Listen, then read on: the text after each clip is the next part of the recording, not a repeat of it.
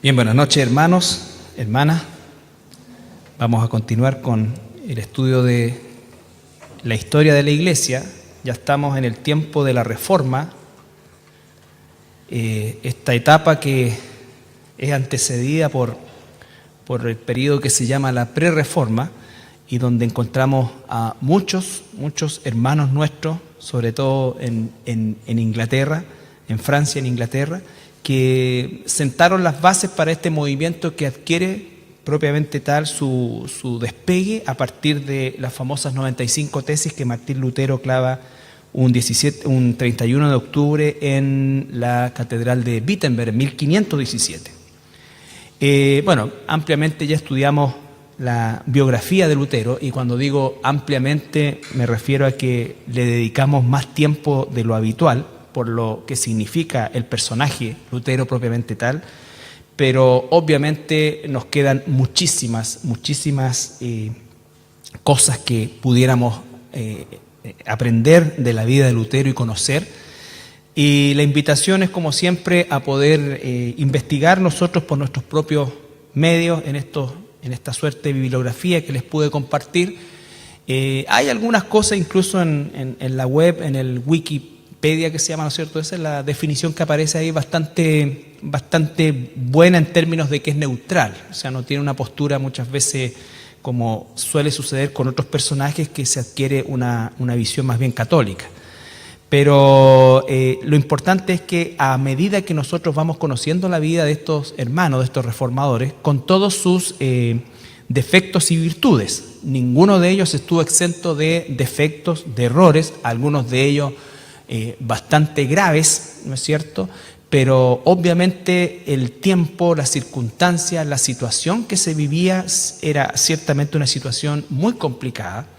El salir o el haberse formado en un sistema como el catolicismo y haber abrazado como la iglesia verdadera al catolicismo, y después por la obra del Espíritu Santo darse cuenta de que no es así, y que no solamente no es así, sino que está totalmente en contra de eso, y que en definitiva de ahí mismo o del mismo catolicismo comienza a surgir este movimiento reformador.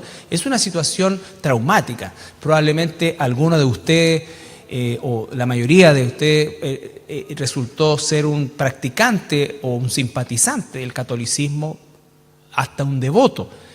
Pero acá estamos hablando de personas que estaban dentro de la organización, personas cuya vida era, ¿no es cierto?, una vida religiosa. Entonces, ciertamente hay un elemento traumático que no se puede soslayar, y que de alguna manera cubre muchas de las acciones que estos mismos hermanos reformadores hicieron, ¿ya?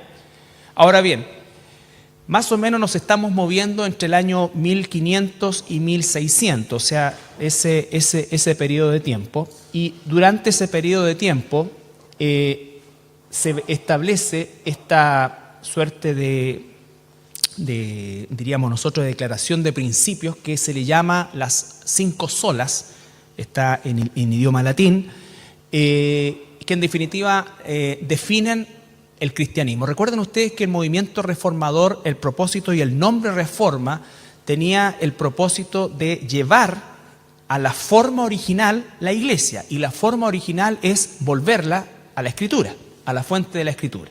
Por eso es que el primer pilar de estas 5 solas es solo la Escritura, o sola Escritura, ¿no es cierto?, donde definitivamente la palabra de Dios es la única regla de conducta, es autoritativa, suficiente, inerrante, clara y necesaria, ¿no es cierto?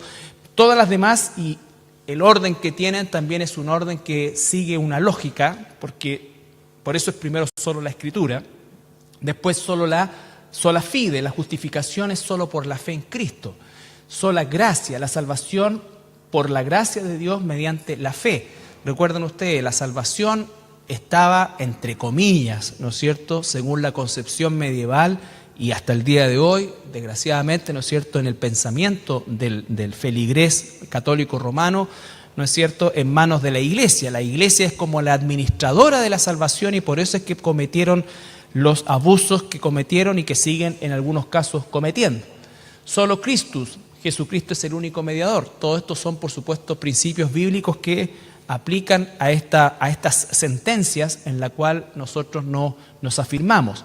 Y finalmente, soli Deo gloria, toda la gloria para Dios en lo que hacemos. Eso es el corazón de la Reforma y es lo que se va a expandir, ¿no es cierto?, como bandera de lucha, si pudiéramos decirlo, en todo lo que fue el desarrollo ya ahora geográfico de esta Reforma, inicialmente en lo que era Europa, pero posteriormente en el siglo XVII ya llegando a nuestro continente.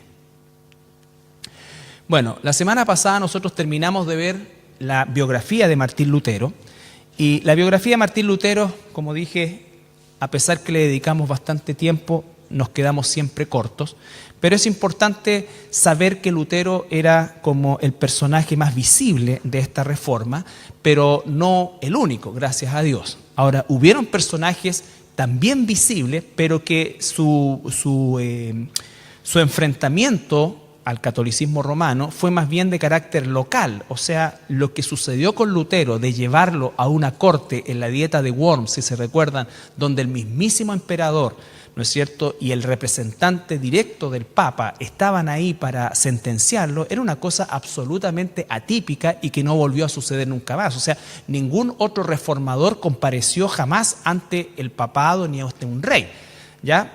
Lo de Lutero fue una situación absolutamente atípica y a eso obedece el impacto también de Lutero en esto. Pero existieron reformadores, como el caso de este hermano Ulrico Zwinglio, también un sacerdote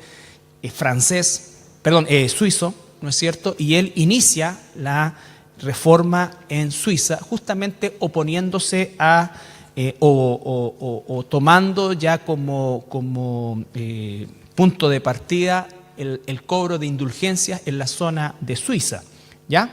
Ahora, Zwinglio también era un sacerdote, sale de ahí y se va contra la Iglesia Católica en el sentido de justamente establecer la palabra de Dios como la única norma de conducta al respecto. Ahora, Zwinglio era muy similar en cuanto a temperamento como Calvino, era un hombre más bien arrebatado, diríamos, y él comenzó de partida se prohibió la misa, una serie de otras cosas dentro de Suiza, específicamente en Zúrich, y Zwinglio además abrazó lo que pudiéramos llamar nosotros la lucha armada, de manera equivocada, por cierto, quisiera explicar un poquito. Suiza es un país muy pequeñito, pero está constituido por varios municipios que en estos entonces se llamaban cantones, algunos de habla alemana y otros de habla francesa, ¿ya? Ahora, ¿recuerdan ustedes cuando hablamos del Sacro Imperio Romano Germánico, donde existía Sajonia y existían otras áreas que estaban gobernadas por príncipes de manera autónoma? Bueno, recuerdan ustedes también que Carlos V de alguna manera permitió que se estableciera la religión del príncipe en el lugar que era la jurisdicción de ese príncipe. Entonces encontramos que en Europa en general, pero específicamente en la zona de Alemania y Suiza, ¿no es cierto?, se establecieron poblados guiados por príncipes, algunos eran católicos y otros eran protestantes. Entonces lo que se produjo en Suiza fue una batalla campal entre cantones o municipalidades católicas con protestantes. Y entonces, obviamente, fuera de la voluntad de Dios, pero Dios no llamó a ese tipo de guerra, pero se produjo eso y son parte de los errores que se cometieron durante este periodo, al punto que este hermano fiel, ¿no es cierto?, y muy, muy instruido, muere en una de esas batallas, ¿ya? Por supuesto, él como parte de los cantones protestantes. Otro reformador fue Juan Knox. Juan Knox recibió adiestramiento como pastor en la Universidad de Ginebra, fue discípulo de Calvino, y Knox era un escocés que él también, con un temperamento muy autoritario, él se enfrenta incluso a la gobernante católica de Escocia, a la reina de Escocia, María, reina de los escoceses, así se hacía llamar, pero católica, ¿no es cierto?, y Knox la enfrenta, la confronta y logra, ¿no es cierto?, introducir el protestantismo en Escocia, ¿ya? En Escocia. Y llegamos a lo que nos va a ocupar gran parte del tiempo de hoy, que es la figura de Juan Calvino. Ahora, Juan Calvino ciertamente es un personaje histórico relevante desde todo punto de vista, y Calvino despierta y seguramente despertará las más distintas posiciones acerca de él como persona y de la doctrina que él estableció en términos generales. Y hay algunos autores que lo definen como Calvino amado, odiado, despreciado, ¿no es cierto?, venerado, en fin, una serie de... La situación con Calvino nunca puede ser una situación neutral, de eso sí que queda claro, ¿ya? Calvino no es un personaje para nosotros colocarlo en un estado neutral. Ahora, todos aquellos que se oponen a la figura de Calvino normalmente lo hacen sobre la base de un conocimiento muy superficial, entendiendo que también hubieron errores que Calvino cometió, pero cuando los analizamos nosotros desde el punto de vista del impacto social, fueron ínfimos en relación, por ejemplo, a lo que ocurrió con Lutero. Sin embargo, Calvino de alguna manera tiene mala prensa siempre, y es esa mala prensa principalmente gestada y generada por la misma iglesia cristiana.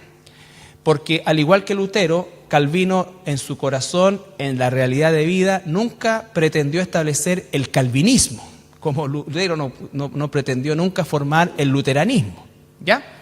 Entonces uno tiene que entender que también cuando estamos hablando de personas, tanto como Lutero, ¿no es cierto? Martín Lutero tuvo detractores, los tiene hasta el día de hoy, y tuvo adherentes. Lo mismo pasa con Calvino, y lo mismo pasa con cualquier siervo de Dios que de alguna manera trata de establecer y ser fiel a la palabra de Dios, y en el proceso es posible que se cometan errores, como lo puede cometer cualquiera de nosotros, pero que está claro que no buscamos el aprecio de las personas, sino que la voluntad de Dios, ¿no es cierto? La voluntad de Dios. Y eso no significa ser desagradable con la gente, significa simplemente que lo que es de Dios y no nos podemos ni debemos salir de ese margen, ¿ya? Aun cuando eso pueda significar muchas veces divisiones de carácter familiar, situaciones complicadas y situaciones difíciles. Por eso es tan relevante que estos hombres salen del mismo sistema corrupto, y salen de ese sistema corrupto y son conocedores y perfectamente conocedores del sistema corrupto, y por lo tanto desde ese punto de vista tiene aún más valor la forma en cómo ellos enfrentaron esta situación. Entonces Calvino es un personaje con el cual no podemos nosotros marcar o catalogarlo de manera indiferente. Sin embargo, Calvino el año 2009 fue levantado por los franceses, por el gobierno francés, como el segundo francés más importante en toda la historia de Francia, entendiendo que el primero es Napoleón Bonaparte, ¿no es cierto? Pero el impacto posterior de Calvino es infinitamente mayor que el de Napoleón, ¿ya? Napoleón tiene una condición obligada de figura, de primera figura, pero la influencia de Napoleón fue bastante local, y además fue una situación bastante temporal. Sin embargo, hasta el día de hoy nosotros tenemos influencia del concepto o los conceptos que acuñó Calvino. Ahora, él nació en la localidad de Noyon, al norte de Francia, cercano relativamente a París, un 10 de julio de 1509. Calvino, sus padres, a diferencia de Lutero, el padre de Calvino, porque la mamá murió antes de que él cumpliera 3 años, y el padre de Calvino era un hombre erudito, era un abogado, era un procurador, ¿no es cierto?, que trabajaba en el mejor trabajo que se podía tener en aquel entonces, que era ser, ¿no es cierto?, notario, procurador del obispo, ¿ya? Entonces eso generó que Calvino desde pequeño se relacionara con el sistema romano, pero además que tuviera acceso a todo lo que era la literatura y se pudo cultivar desde muy pequeño. Sin embargo, todos los historiadores coinciden en que Calvino era una persona, un niño y un joven sumamente retraído, quitado de bulla, embuido, lo que llamaríamos hoy día un ratón de biblioteca, ¿ya? Enfermizo, muy enfermizo. Él sufría de un problema pulmonar permanente, ¿ya? Sin embargo, comenzó a destacar por la capacidad intelectual de Calvino, ¿ya? Ahora, a los 22 años, él ya era un abogado y además tenía una licenciatura en arte de la Universidad de París y se instala finalmente en París, y en esa época, en 1532, él comienza a relacionarse con el humanismo que comenzaba a encenderse paulatinamente en Europa, que va a ser lo que posteriormente se va a traducir en el movimiento del Renacimiento, ¿ya? Entonces, este humanismo estaba en definitiva entrando y Calvino de alguna manera se ve influenciado por eso, ¿ya? En el 1532 publica un libro, su primer libro, que se llamaba Comentario a Séneca, que era un comentario acerca de los escritos filosóficos de este griego antiguo. Ahora, en el 1533 o 1534, él experimenta la conversión. Él se convierte al cristianismo, ¿no es cierto? Hay un montón de declaraciones que él hace de la forma en cómo estaba mental y espiritualmente atado a la obediencia a Roma, ¿ya? Pero él en el Señor dice que encuentra esa libertad, al punto de que él, el año 1534, va a Noyon, su ciudad natal, y él renuncia a los beneficios de pensión que recibía, ¿no es cierto?, de parte de su padre, ya fallecido, ¿no es cierto?, pero el obispado le pagaba a Calvino una pensión que en definitiva era eso con lo cual prácticamente él vivía. El año 1534. Y el obispado, ¿no es cierto?, en vez de decirle: Calvino, gracias por ser tan honrado, ¿no es cierto?, y venir a renunciar a esto, comenzaron inmediatamente a perseguirlo. ¿Ya? Inmediatamente a perseguirlo, porque obviamente lo interrogan y las respuestas que él da ya constituyen una afrenta a la religión romana. Ahora, esto es importante. Calvino, por aquí más o menos está Noyon, ¿ya? Él va a París, ahí desarrolla toda su vida intelectual, su vida de estudio. Y Calvino finalmente, cuando empieza a ser perseguido, no solamente él, sino que todos los reformadores y los humanistas también, él se quiere trasladar acá a Estrasburgo, que aquí aparece porque es un mapa relativamente moderno, Estrasburgo, pero en aquel entonces no pertenecía a Francia y era independiente, lo mismo que Luxemburgo. Entonces, quiere ir acá porque en Estrasburgo hay una universidad donde él mandó sus antecedentes, una universidad, y lo iban a recibir como profesor de Derecho, y además iba a tener la oportunidad de escribir y desarrollar también una vida espiritual, porque en Estrasburgo existía una cierta libertad para los protestantes, ¿ya? Entonces él quería hacer esto. Sin embargo, aquí habían guerras entre católicos y protestantes en el camino, que era el trayecto más corto o lógico, y estaba el paso impedido. Y lo que hace él, ¿no es cierto?, baja al sur y pretende entrar por Ginebra y de ahí subir a Estrasburgo. Ginebra era uno de los cantones suizos, el menos importante en esa época, y Ginebra le brindaba a Calvino, ¿no es cierto?, la libertad, porque ahí sí que no existía una persecución tan sistematizada como en Francia. Y en Ginebra Calvino pretendía estar unos días y de ahí emprender viaje a Estrasburgo. ¿Qué es lo que sucede? Él viaja, que en el 536 viajar a Suiza, o sea, viaja a Suiza, pero su meta era Estrasburgo. Ahí él quería dedicarse a eso, o sea, a su pasión, que era la literatura y escribir y realizar, ¿no es cierto?, obras de carácter teológico, pero él pensaba que ese iba a ser su aporte a la reforma, la parte, ¿no es cierto?, de la sistematización de la literatura. Nunca estuvo en los planes de Calvino ni ser pastor, ni por su personalidad o su temperamento exponerse ante la gente, ¿ya? Sin embargo, él, su meta era Estrasburgo, como digo, y en Ginebra se entera este francés llamado Guillermo Farel, que era un hombre de una personalidad absolutamente arrolladora, desde todo punto de vista, pero también un hombre sumamente valiente. Farel recuerda mucho al apóstol Pablo, porque Farel, esta es la tercera vez que se instalaba, la tercera y definitiva, que se instalaba en Ginebra.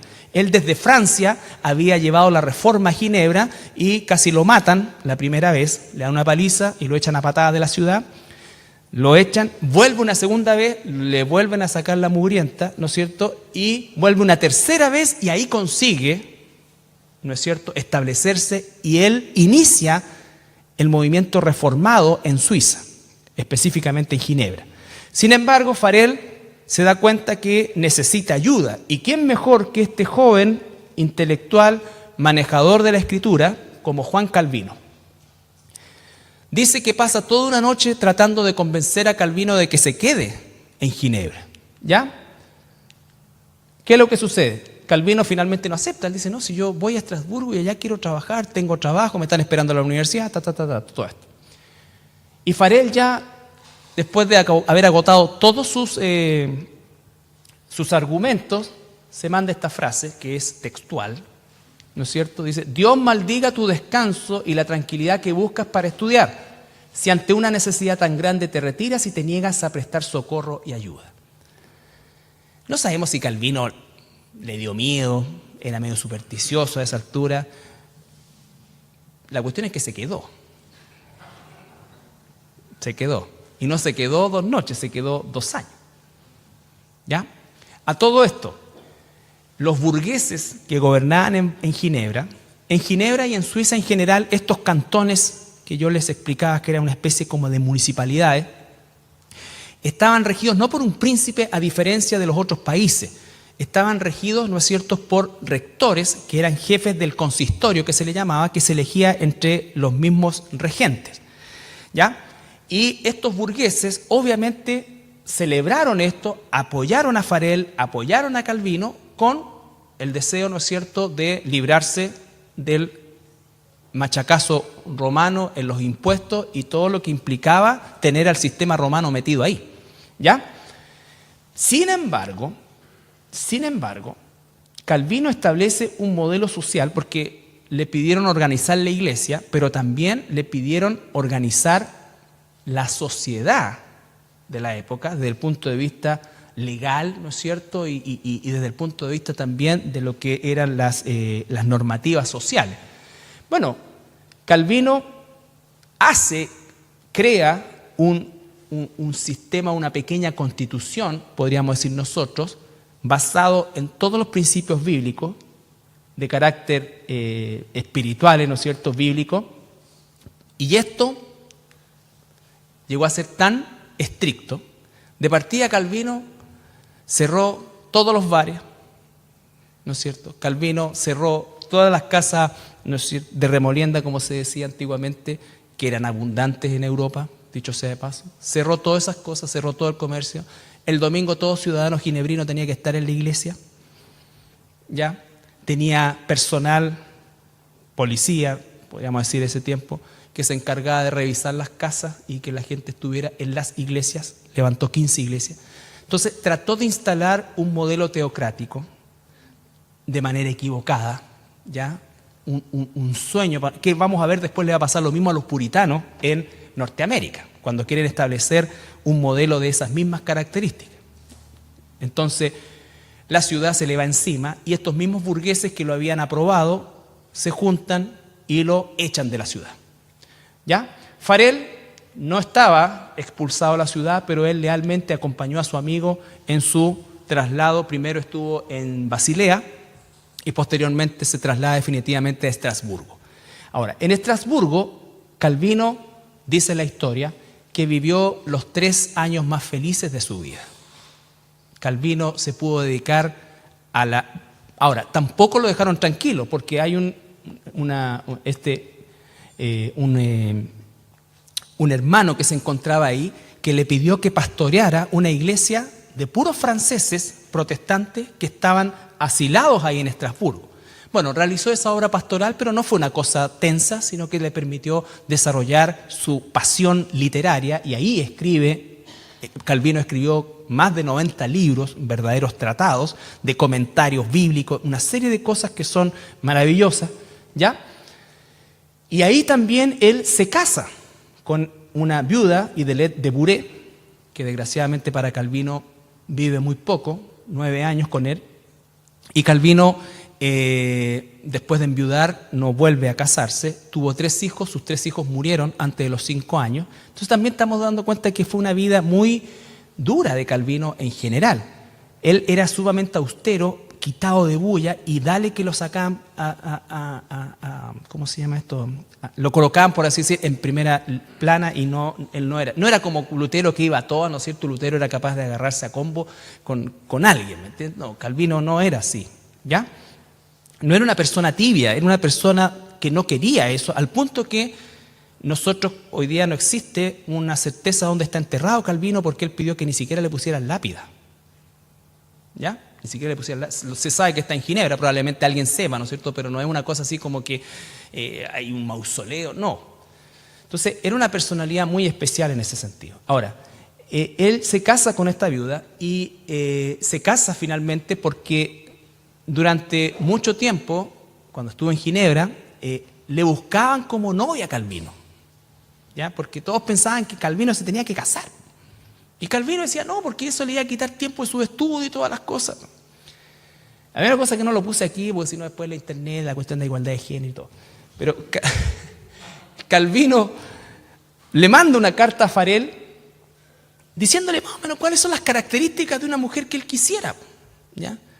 Dice lo primero, que sea femenina, ¿no es cierto? Que sepa que él es enfermizo, él sufría de gota, ¿ya?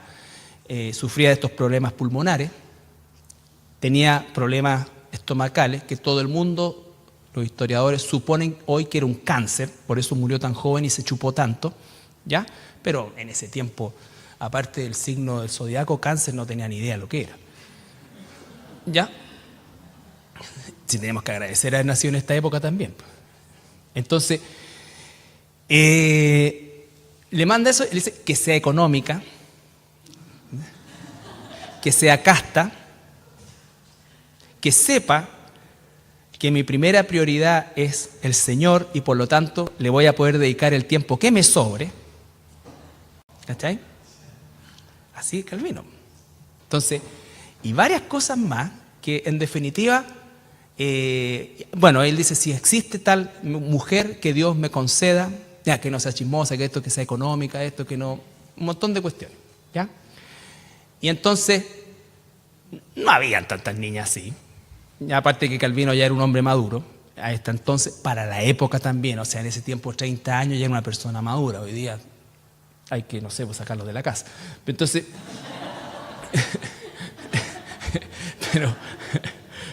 pero Calvino no, ya era maduro para su época. Y entonces encuentra a la Idelette, que era mayorcita que él, ya tenía su recorrido, había terreno avanzado, no tenía que empezar de nuevo, ninguna cuestión al respecto, ya cocinaba rico, le planchaba sus camisas, toda la cuestión, no le exigía mucho, ¿ya? Y él podía hacer toda su obra. Por eso es como muchos piensan, no está escrito así, pero que este matrimonio fue como ya para dejar tranquilo al resto, utilitario. Pero Calvino no era una persona que en definitiva tuviera como meta en su vida el matrimonio, porque su meta no era pastorear una iglesia, su meta era dedicarse a la literatura. Ahora, era un hombre tremendamente austero en todo sentido, y además esa misma enfermedad estomacal hacía que pasara días a pura agua, ¿ya? Entonces, a veces comía una vez al día, ¿no es cierto? Y tenía problemas de vómito y una serie de otras cosas que era difícil de saber en ese tiempo, pero por eso cuando uno ve pinturas de Calvino, a diferencia de Lutero, que era gordito, rebosante, ¿no es cierto? Calvino era un esqueleto, y por eso es que también se piensa que él sufría finalmente de algún tipo de cáncer gástrico o pancreático, lo que fuera. Murió a los 54 años. Entonces muere Idelette, y por supuesto antes de la muerte, en 1541 mandan a llamar de Ginebra a Calvino, estos mismos burgueses que lo habían echado. ¿Por qué? Porque Ginebra estaba patas para arriba. Y además el catolicismo romano había vuelto a entrar, ¿no es cierto? Y entonces le rogaron que volviera. Calvino se demora 6 meses en darle la respuesta y después de ese tiempo finalmente vuelve. Hay varias cartas que le escribe a su amigo Farel y a otros amigos más, ¿no es cierto?, donde él les dice que el lugar donde menos quisiera volver a vivir es Ginebra. Pero otra vez, al parecer, no está registrado, Farel habría hecho de su peculiar forma de convencerlo, ¿no es cierto?, y Calvino regresa a Ginebra. Sin embargo, ese regreso a Ginebra fue el definitivo, él muere finalmente en Ginebra. Durante 20 años, un poco más de 20 años, ejerce un gobierno, podríamos decir nosotros, con mano de hierro en un sentido, porque establece las reformas, porque ahí le dan amplios poderes. Él no solamente organizó la iglesia en Ginebra, sino que además organizó la ciudad, ¿ya? Estableció una serie de medidas que transformaron a Ginebra, que era un punto sumamente insignificante en la Europa de aquel entonces, y se transformó en un punto y en un polo importantísimo de comercio. En todo sentido, Ginebra comenzó a ser pujante. Esos son mapas, los voy a ver de ahí, ¿ya? Entonces, se produce esto y se produce un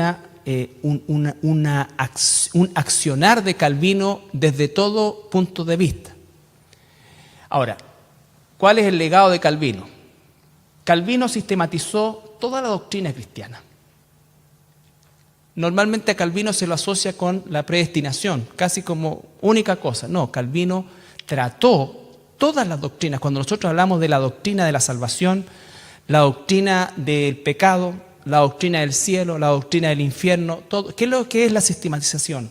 La sistematización es el ordenar las verdades bíblicas a manera de módulos, si se quiere así, para que nosotros podamos aprenderlos, ¿no es cierto? Cuando hablamos de salvación, en nuestra mente están versículos, ¿no es cierto?, un hilo conductor que nos conduce a esa idea. Por supuesto que está ahí, pero el sistematizarnos nos ayuda a nosotros a establecer esos pilares doctrinales que usamos hasta el día de hoy. El cristianismo se reforma y se va en ese sentido a todo el contexto de la doctrina bíblica.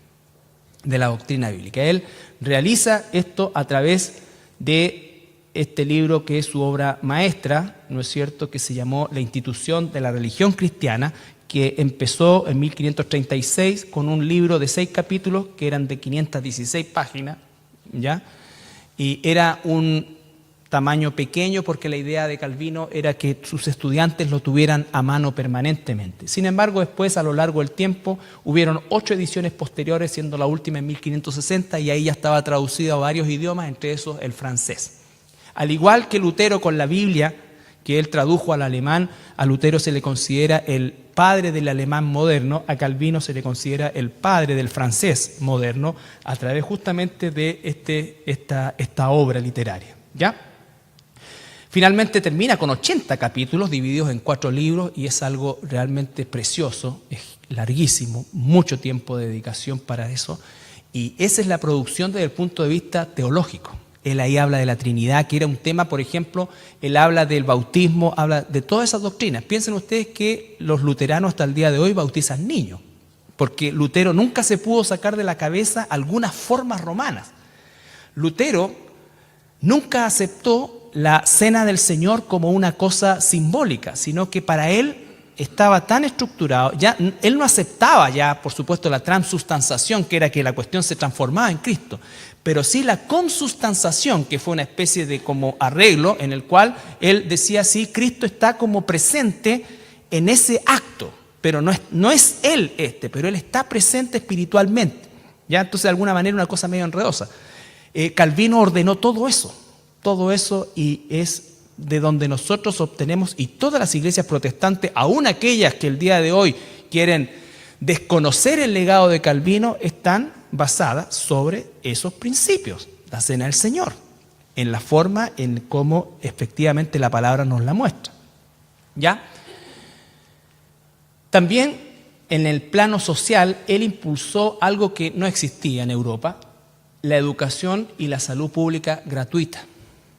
¿Ya? Él hizo de Ginebra el primer lugar en Europa donde existía un hospital público gratuito. Trajo médicos alemanes, ¿no es cierto?, que fueron finalmente esos mismos médicos alemanes después estuvieron y formaron la Facultad de Medicina en la Universidad de Ginebra, que funda Calvino, ¿ya? Y entonces introdujo algo tan, entre comillas, normal para nosotros como el retiro de la basura, porque él, a partir de este sistema de salud pública, estos médicos comenzaron a ver que efectivamente la basura acumulada era factor de infecciones, de todo esto, y empezó a haber un retiro y empezaron a ver los vertederos y lugares donde se quemaba la basura a las afueras de la ciudad. Ahora, eso que era una novedad para ellos, no nos olvidemos que siglos atrás, 20 siglos atrás, los judíos estaban ordenados por Dios a hacer hoyos, a tirar la basura y a quemarla, y después enterrarla, ¿ya? Entonces, son cosas que se fueron incorporando y que el catolicismo romano ni eso hacía, ni la basura sacaba, ¿ya? Entonces, no era un descubrimiento de Calvino, fue retraer otra vez lo que en la Biblia estaba dado como norma sanitaria, ¿ya? El primer código sanitario que desarrolla Calvino en esta concepción de salud pública, obviamente es un código basado en la Escritura, en los principios de carácter médico, ¿ya?, o de salud pública, o de salubridad, ¿no es cierto?, sacados de la Biblia. Entonces, también modernizó los sistemas de agua, de alcantarillado. ¿En qué, fíjense ustedes, en qué se vio esa modernización? En que separó las aguas servidas de las aguas blancas. Esa cosa venía antes por un solo tubo, ¿ya? Entonces, fíjense ustedes los factores, las infecciones, todo. Entonces, Ginebra empezó a desarrollarse de una manera distinta que al resto de Europa. En el año 1559 funda la Universidad de Ginebra, pero esta Universidad de Ginebra es precedida, ¿no es cierto?, por la Academia de Ginebra, que el mismo Calvino fundó, en el cual él había establecido el primer seminario teológico de carácter protestante, y la Universidad de Ginebra es la primera universidad protestante propiamente tal, porque las anteriores, Oxford, Cambridge, eran universidades católicas que después abrazaron el protestantismo producto de los mismos reformadores. Pero esta, la Universidad de Ginebra, es la primera en esa característica, y él entonces, el pilar principal era el seminario teológico, la escuela de artes y derecho. Posteriormente se agrega medicina y otras materias al respecto. Calvino, la meta de Calvino era formar pastores, capacitar pastores y mandarlos de vuelta a sus lugares de origen. Juan Knox, que vimos anteriormente, el escocés, estudió en la Universidad de Ginebra y vuelve a Escocia preparado como pastor, teológicamente preparado, ¿ya? Espiritualmente, teológicamente. O sea, él es el que da pie a esto. Durante el periodo que Calvino estuvo en Ginebra, en esos 20 y tantos años que estuvo en Ginebra, se formaron más de 2.500 pastores que fueron enviados a todos los rincones de Europa, incluso llegando algunos a las costas del Brasil, ¿ya? Entonces, la expansión del cristianismo reformado en Europa se produce a partir de esta Universidad de Ginebra, donde se formaban pastores ya de manera oficial. La visión de Calvino era esa: preparar pastores y enviarlos, preparar pastores y enviarlos. ¿Qué es lo que la Escritura nos dice, no es cierto? Id y hacer discípulos de todas las naciones.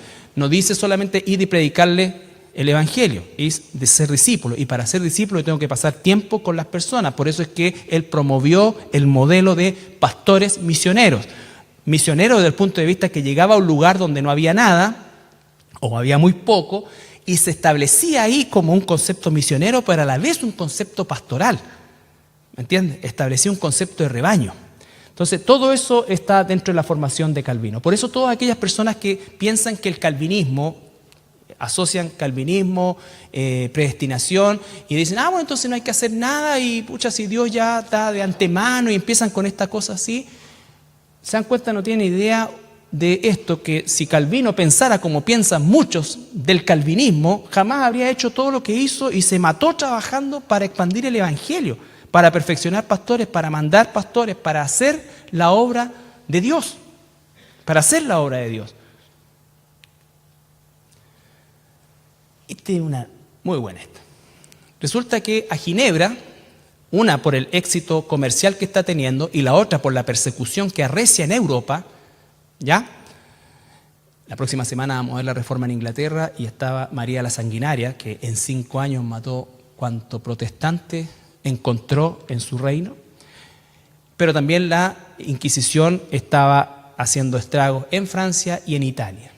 Y llega a Ginebra un grupo importante de, no se da el número, pero dice un grupo importante de joyeros florentinos, italianos florentinos, ¿ya? A Ginebra, a buscar asilo también, y ellos eran italianos, pero de origen judío, se dedicaban a la joyería. Y ellos llegan allá, no saben o no sabemos si llegan allá siendo perseguidos como judíos o perseguidos como protestantes. Pero el caso es que el catolicismo romano pasaba el hacha pareja, ¿no es cierto?, con judíos y protestantes. Así que para efectos de la persecución era lo mismo. Entonces, pero llegan allá y cuando se presentan y toda esta cosa, resulta que ellos no saben qué hacer porque habían trabajado durante toda su vida asociados con el catolicismo romano, haciendo crucifijos, vírgenes, medallones, ¿no es cierto? Toda la cuestión que tuviera con eso. Entonces, bueno, ¿ahora qué hacemos? Y Calvino los pone a hacer relojes. Y de ahí viene la relojería suiza. No la que está en el centro, la relojería suiza. ¿Ya? La relojería suiza como oficio. Los primeros relojes, o sea, la gente común ahora podía tener un reloj en su casa y rápidamente el reloj, porque antes para ver la hora, ¿no es cierto? Si vivíais cerca de la catedral tenía que salir a mirar el reloj, ¿no es cierto? Habían formas increíbles, irrisorias de saber la hora, ¿ya? Pero aquí por primera vez, y la gente común, no solamente la burguesía, pudo llegar a tener un reloj en su casa. Y después pasa a los relojes personales. Entonces todo se empieza a desarrollar a partir de esto.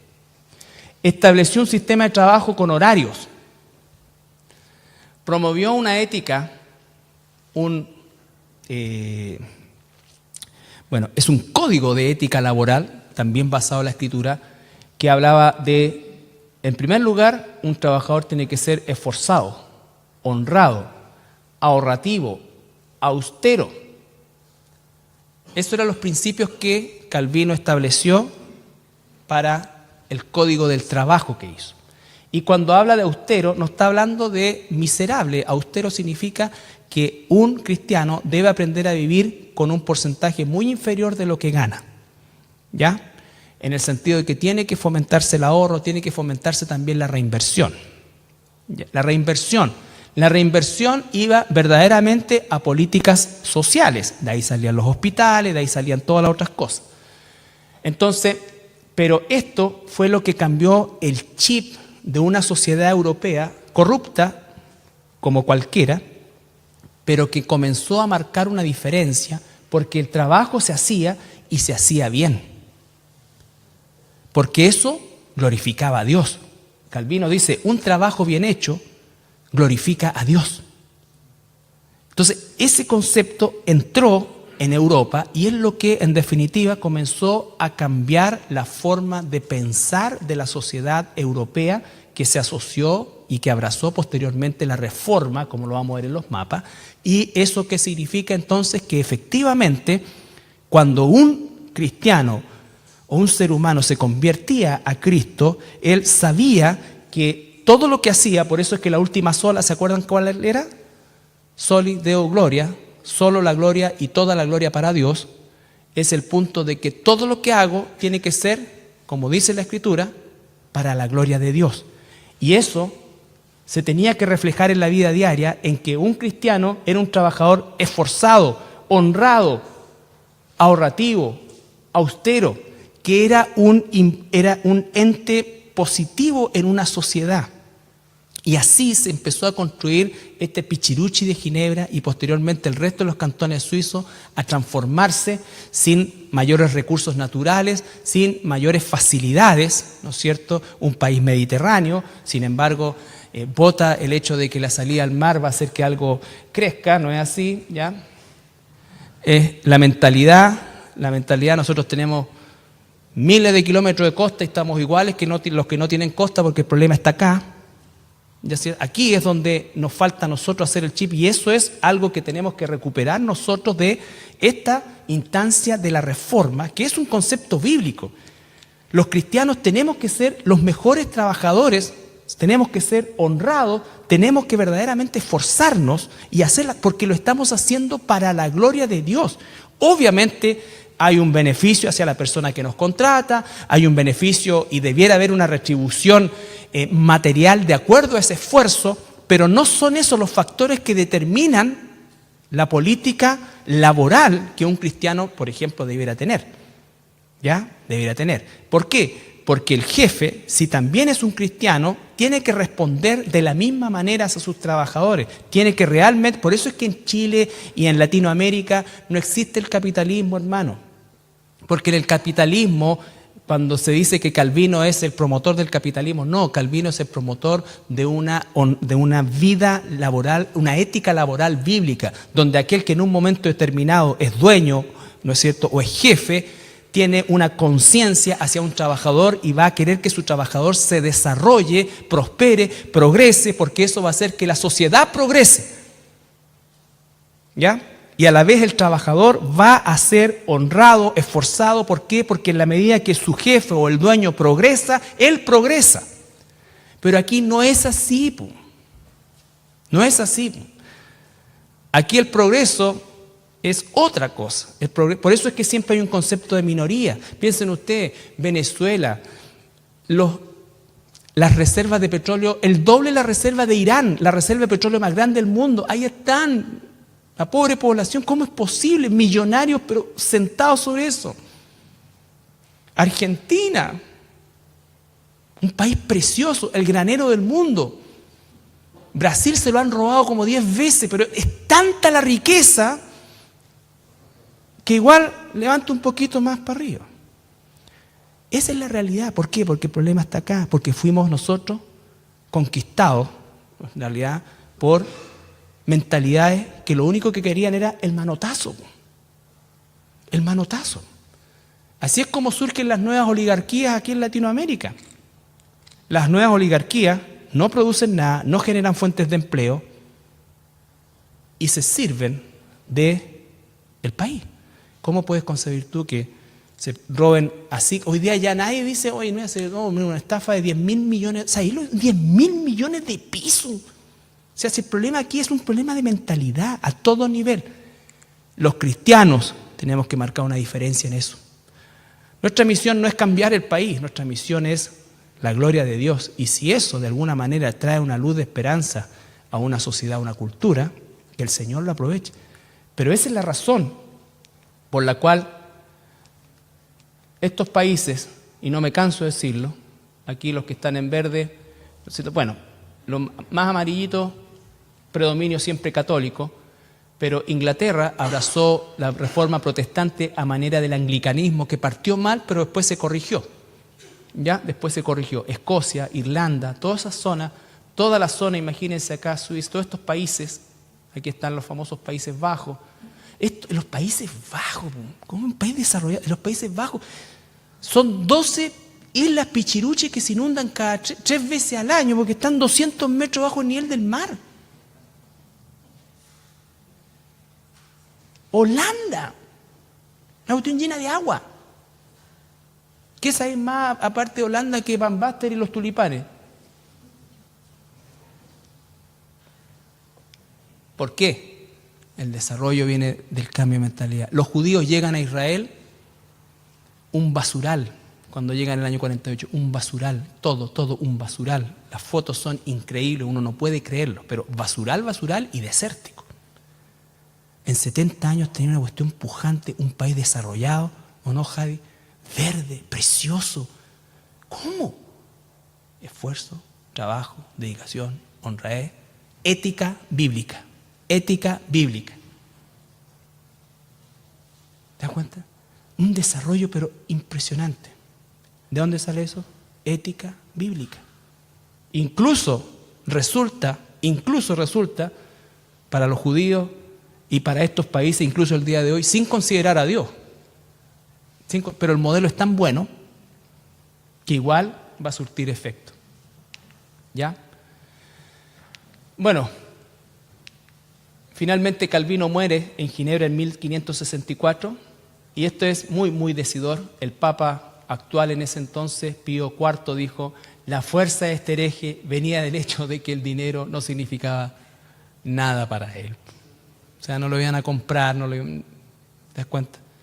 Entonces, la figura de Calvino es controversial para la gente en general porque no se toma la molestia de estudiar realmente a Calvino y se queda con 2 o 3 cosas que pueden aparecer aisladas.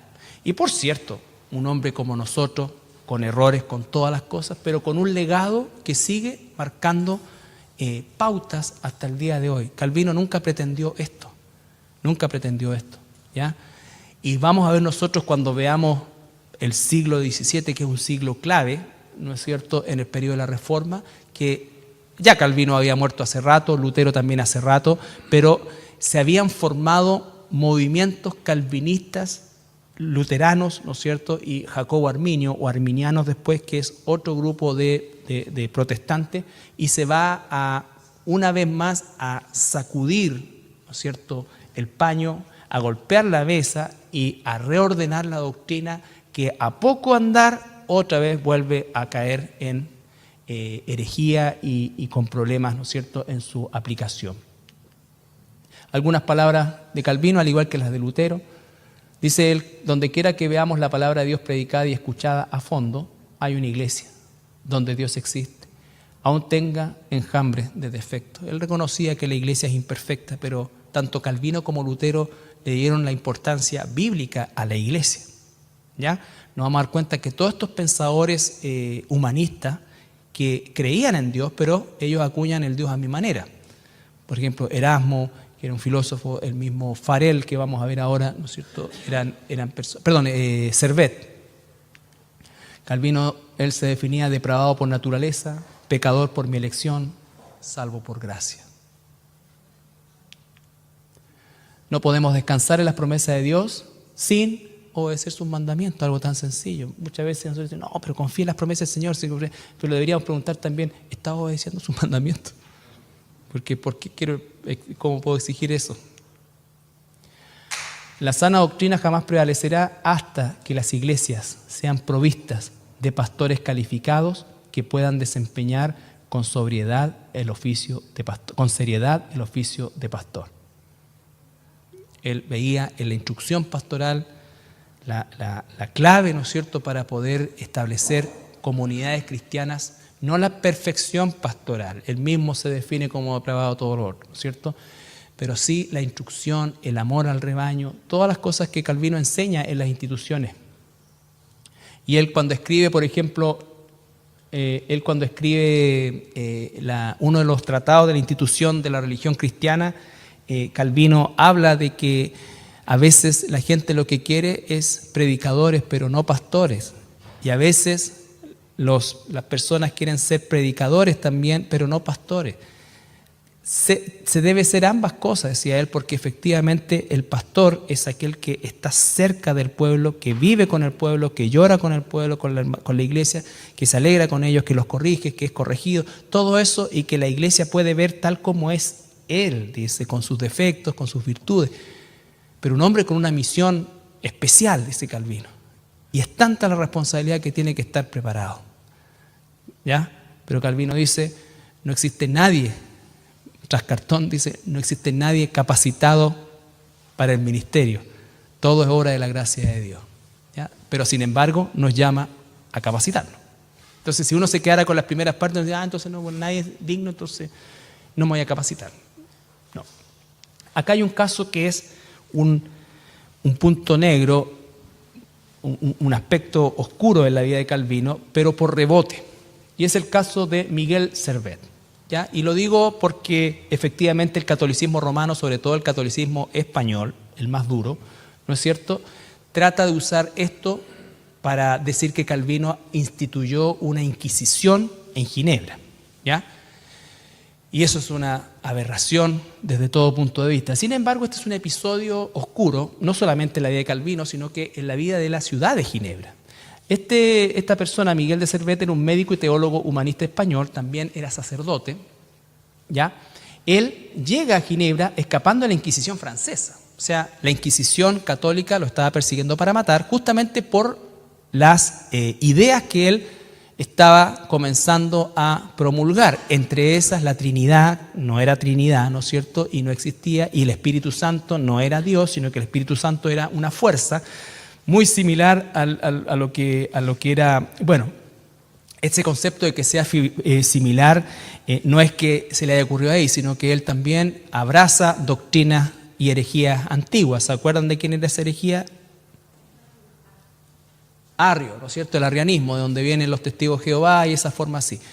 Y además, él era una mezcla filosófica porque abrazaba un aspecto también que apareció en la iglesia primitiva, que era el docetismo, de decir que Jesús no era realmente una persona de carne y hueso, sino que era una especie de espectro, por llamarlo de alguna manera, que estuvo entre la gente, pero nunca él realmente fue un humano, ¿ya? Entonces, él llega, es perseguido por esas cosas, por el catolicismo, ¿no es cierto?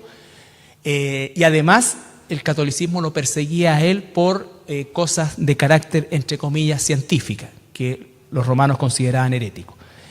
Él llega y comienza inmediatamente a promulgar esto en Ginebra, donde es recibido, por supuesto, como un exiliado, le dan asilo. Sin embargo, él comienza con esto y hay un montón de cartas que durante prácticamente un año Calvino y otros miembros del consistorio le escriben llamándolo al arrepentimiento. Finalmente, el consejo o consistorio decide ejecutarlo como hereje. Y Calvino es parte de ese consejo, por lo tanto, su aprobación estuvo también en esa muerte, ¿ya? Y por supuesto fue un hecho condenado por todos los reformadores europeos, al punto que algunos años después el municipio de Ginebra levanta un monumento a Servet como desagravio póstumo a lo que pasó con él, ¿ya? Ahora, esto no tiene nada que ver con la Inquisición. O sea, porque de partida, si la Inquisición tuviera que hacerle un monumento a cada santo que mató, nos quedamos sin plaza. ¿Cierto? Quedamos sin plaza. Entonces, aún dentro de esta situación hay un reconocimiento de que efectivamente fue un error, ¿no es cierto? Y no fue la forma de tratar esta situación. ¿Ya? Ahora, un punto que es importante también en la vida de Calvino, y estoy terminando, es un dibujo de la Ginebra de aquella época, que era como toda ciudad medieval amurallada. Ahora, ¿qué es lo que sucede? Esto es el barrio antiguo de Ginebra, y lo interesante de esto es que las casas eran normalmente de un piso, pero dado que llegó tanta gente buscando asilo, hermanos cristianos buscando asilo, por orden del municipio de Ginebra, ¿no es cierto?, también se comenzó a construir hacia arriba y las familias, entonces se ocupaban esos departamentos y cada departamento era ocupado por una nueva familia, lo que habla de la generosidad, del amor, de esa palabra que dice el Señor, ¿no es cierto?, hospedados unos a otros. Entonces ellos abrieron las puertas de su casa, no podían crecer en extensión, crecieron en altura. Esa es la ciudad antigua de Ginebra. Bueno, hoy día está lleno de café, ¿no es cierto? Bueno, en fin, también es un punto importante porque habla justamente de ese corazón también de la gente de Ginebra y de sus dirigentes, que por cierto cometieron errores, ¿quién no? Bien, terminamos con la vida de Juan Calvino.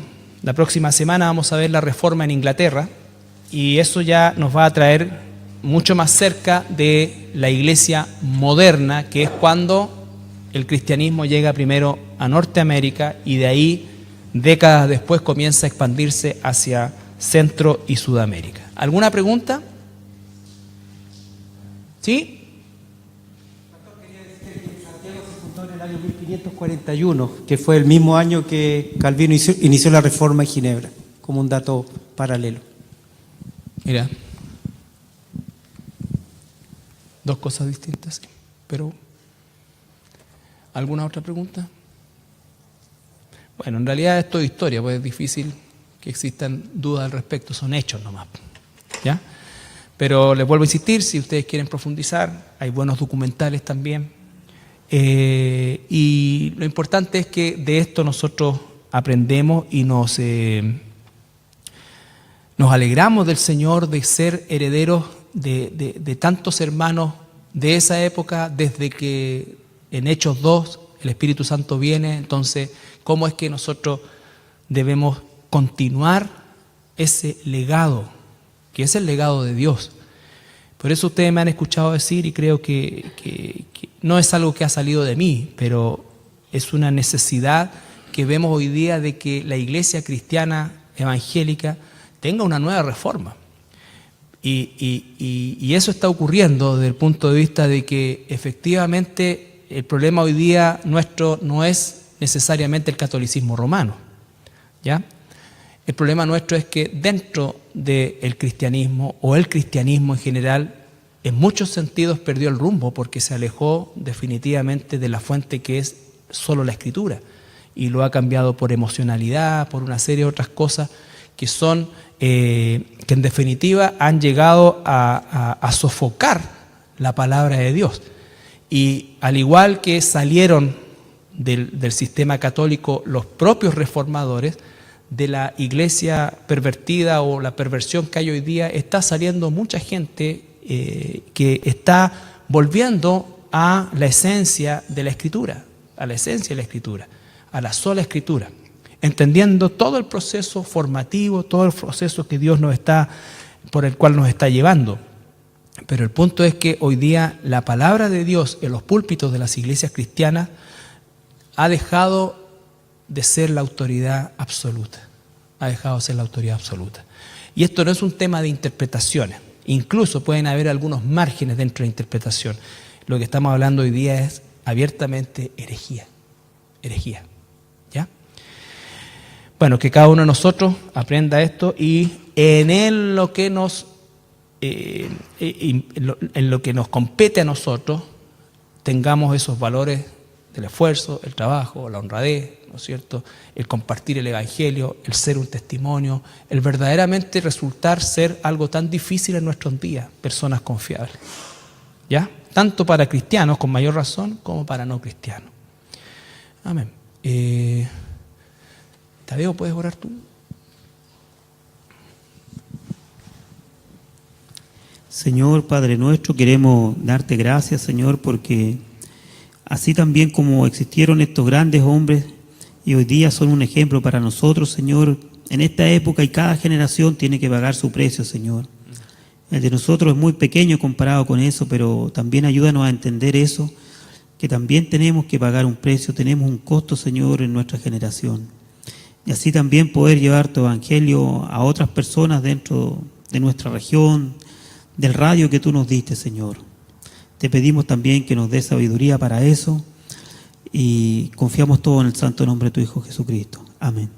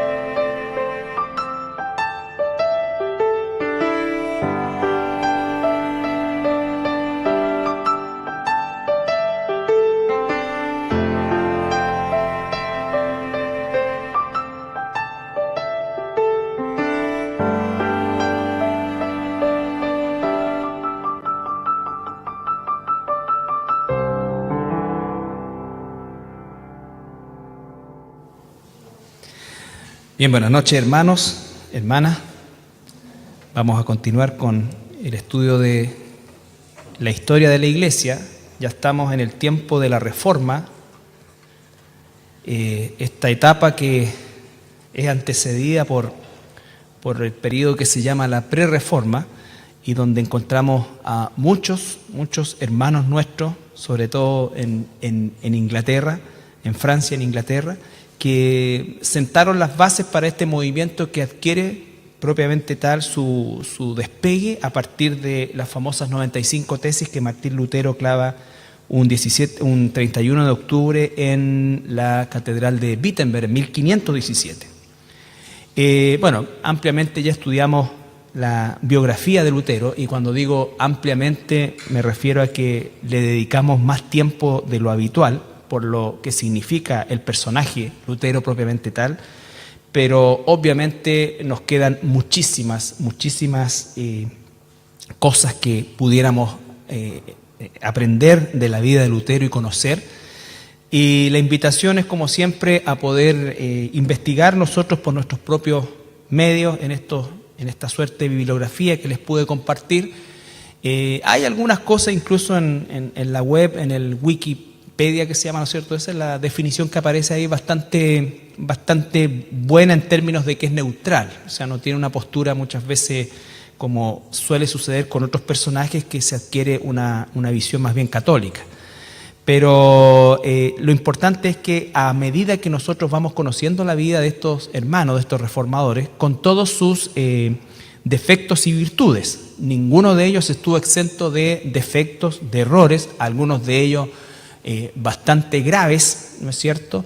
Pero obviamente el tiempo, las circunstancias, la situación que se vivía era ciertamente una situación muy complicada. El salir o el haberse formado en un sistema como el catolicismo y haber abrazado como la iglesia verdadera al catolicismo, y después por la obra del Espíritu Santo darse cuenta de que no es así, y que no solamente no es así, sino que está totalmente en contra de eso, y que en definitiva de ahí mismo o del mismo catolicismo comienza a surgir este movimiento reformador. Es una situación traumática. Probablemente alguno de ustedes o la mayoría de ustedes resultó ser un practicante o un simpatizante del catolicismo, hasta un devoto. Pero acá estamos hablando de personas que estaban dentro de la organización, personas cuya vida era, ¿no es cierto?, una vida religiosa. Entonces, ciertamente hay un elemento traumático que no se puede soslayar, y que de alguna manera cubre muchas de las acciones que estos mismos hermanos reformadores hicieron, ¿ya? Ahora bien, Dios es lo que hacemos. Eso es el corazón de la reforma, y es lo que se va a expandir, ¿no es cierto?, como bandera de lucha, si pudiéramos decirlo, en todo lo que fue el desarrollo ya ahora geográfico de esta reforma, inicialmente en lo que era Europa, pero posteriormente en el siglo XVII ya llegando a nuestro continente. Bueno, la semana pasada nosotros terminamos de ver la biografía de Martín Lutero, y la biografía de Martín Lutero, como dije, a pesar que le dedicamos bastante tiempo, nos quedamos siempre cortos, pero es importante saber que Lutero era como el personaje más visible de esta reforma, pero no el único, gracias a Dios. Ahora, hubieron personajes también visibles, pero que su enfrentamiento al catolicismo romano fue más bien de carácter local. O sea, lo que sucedió con Lutero de llevarlo a una corte en la Dieta de Worms, si se recuerdan, donde el mismísimo emperador, ¿no es cierto?, y el representante directo del Papa estaban ahí para sentenciarlo, era una cosa absolutamente atípica y que no volvió a suceder nunca más. O sea, ningún otro reformador compareció jamás ante el papado ni ante un rey, ¿ya? Lo de Lutero fue una situación absolutamente atípica, y a eso obedece el impacto también de Lutero en esto. Pero existieron reformadores, como el caso de este hermano Ulrico Zwinglio, también un sacerdote suizo, ¿no es cierto? Y él inicia la reforma en Suiza, justamente oponiéndose a o tomando ya como punto de partida el cobro de indulgencias en la zona de Suiza, ¿ya? Ahora, Más o menos nos estamos moviendo entre el año 1500 y 1600, o sea, ese periodo de tiempo. Y durante ese periodo de tiempo se establece esta suerte diríamos nosotros, de declaración de principios que se le llama las 5 solas, está en idioma latín, que en definitiva definen el cristianismo. Recuerden ustedes que el movimiento reformador, el propósito y el nombre reforma tenía el propósito de llevar a la forma original la iglesia, y la forma original es volverla a la escritura, a la fuente de la escritura.